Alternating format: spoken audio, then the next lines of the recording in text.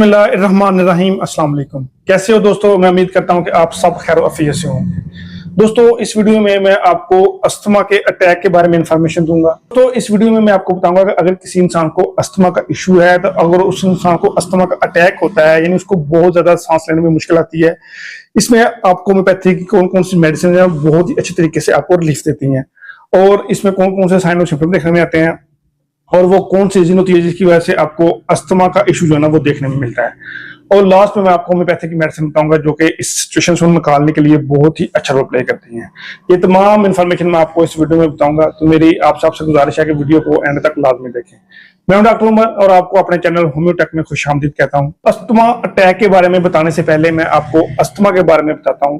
दोस्तों, अस्थमा ये एक सांस की बीमारी होती है जिसमें जो सांस की नालियां होती हैं उनमें सोजश और इन्फ्लामेशन हो जाती है, जिसकी वजह से उनका जो रास्ता होता है, जो पाथवे होता है, वो तंग हो जाता है, जिसकी वजह से पेशेंट को सांस लेने में मुश्किल होती है। इस कंडीशन को अस्थमा कहते हैं। दोस्तों, अगर किसी इंसान को अस्थमा का इशू है, तो अगर उस इंसान को अस्थमा अटैक होता है, यानी उसको बहुत मुश्किल से सांस लेने में दिक्कत होती है, यानी दोस्तों उसको सांस जो है ना वो बहुत मुश्किल से आता है, उसको सांस लेने में दुश्वारी पेश आती है, या उसका जो अस्थमा का अटैक जो है ना वो इंसान को देखने में मिलता है। तो इस वीडियो में मैं आपको बताऊंगा कि कौन सी होम्योपैथिक मेडिसिन जो कि पेशेंट को अस्थमा अटैक से निकालने के लिए बहुत ही अच्छा रोल प्ले करती हैं। दोस्तों, ये होम्योपैथिक मेडिसिन एक अक्यूट कंडीशन के लिए है, इसको आपने लंबा इस्तेमाल नहीं करना, क्योंकि ये अगर आप इस मेडिसिन को लंबा इस्तेमाल करेंगे तो ये नुकसानदेह भी होती है। ये सिर्फ इन लोगों के लिए है जिनके ऊपर अस्थमा का अटैक होता है, और आपने इनको नजदीकी किसी भी डॉक्टर के गाइडेंस में जो है ना वो दूसरी ट्रीटमेंट जो है ना वो लेके देनी है। यानी ये अक्यूट कंडीशन से पेशेंट को निकालने के लिए बहुत ही अच्छा रोल प्ले करती हैं।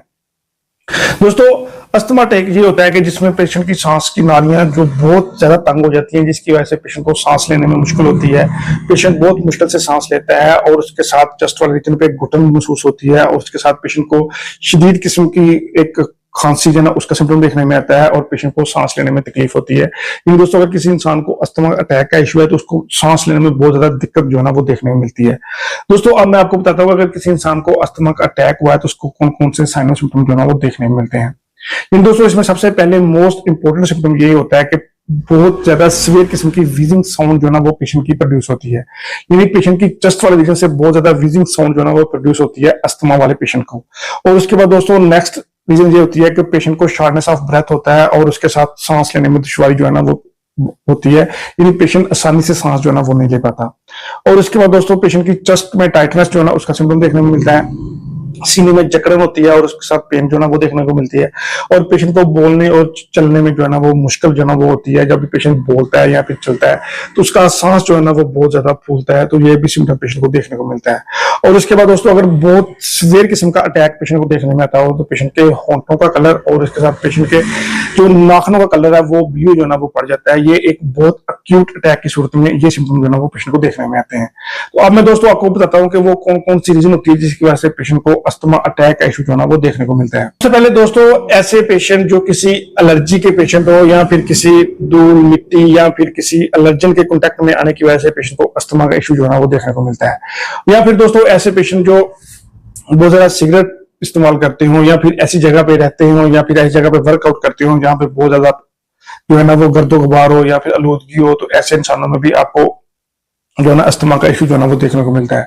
या फिर दोस्तों बहुत ज्यादा सर्दी के मौसम में, या फिर बहुत ज्यादा जब हवा में नमी हो, तो ऐसे इन्वायरमेंट में भी आपको ऐसे उस इंसान को, जिस इंसान को अस्थमा का इशू हो, तो बहुत ज्यादा मुश्किल से सांस लेने में जो है ना वो दिक्कत पेश आती है।